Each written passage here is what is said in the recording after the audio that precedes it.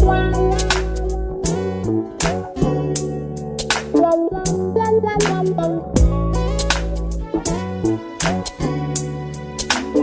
there, this is Mama E, and for those of you who are just tuning in for the first time, let me just explain that I am a relationship and marriage coach. My job is not so much to encourage folks to get married, but to say to those who do that you've got a cheerleader on your side. For those of you that are in committed relationships, there are those times when life kind of just gets muddled and muffled, if you will, and you need somebody to talk to. Well, someone decided that I was Mama E. I guess that just means I'm everybody's mom. So that we're going to today talk about some of the questions that come into our website. And just so, even though I'll mention it later, the website is mamaeanswers.com. You can write into us there. Give us those questions that are really kind of troubling you and you just need another perspective. I'm not saying that I have the answers, but I can give you another way to look at it, okay? All right, so let me take the first question here. This one comes from Linda, and Linda says, I'm trying to get over a breakup. Do you have any advice? I had to break up with him because he was seeing somebody else and thought that he could have both of us. I didn't want to live like that. I feel really sick and upset about what's happened. Any advice? Well, I can only say that if you were not satisfied with being one of two or one of many, that you made the right choice because you've got to do what feels best and right for you.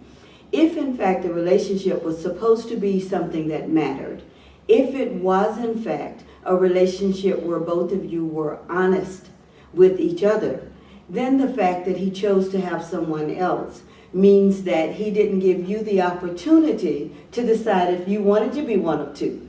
If there was honesty and he said, I found somebody else, but I want both of you, you then would have had the option to decide. It sounds to me like that's not what took place, and that for whatever reason, he wanted both. You've made a decision that you don't want to be in a relationship like that. So now what do? You've got to go on. Linda, you've got to decide that your life is worth being everything that you can cause it to be. If that means having that life without this person that you love and trusted, so be it.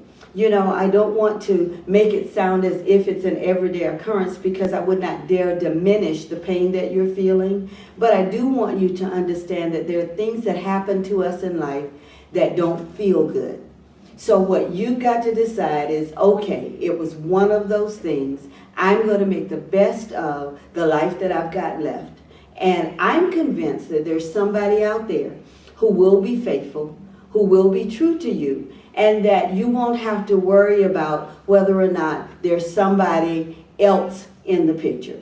So yes, it hurts. I would not dare venture to say that when you've invested energy and effort into a relationship that it doesn't hurt when you walk away from it. But look at your future.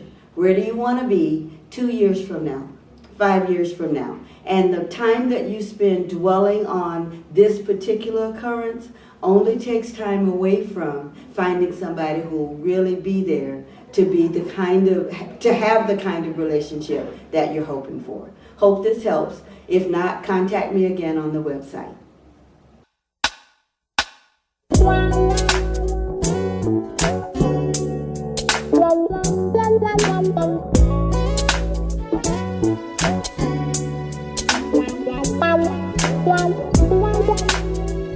One more time.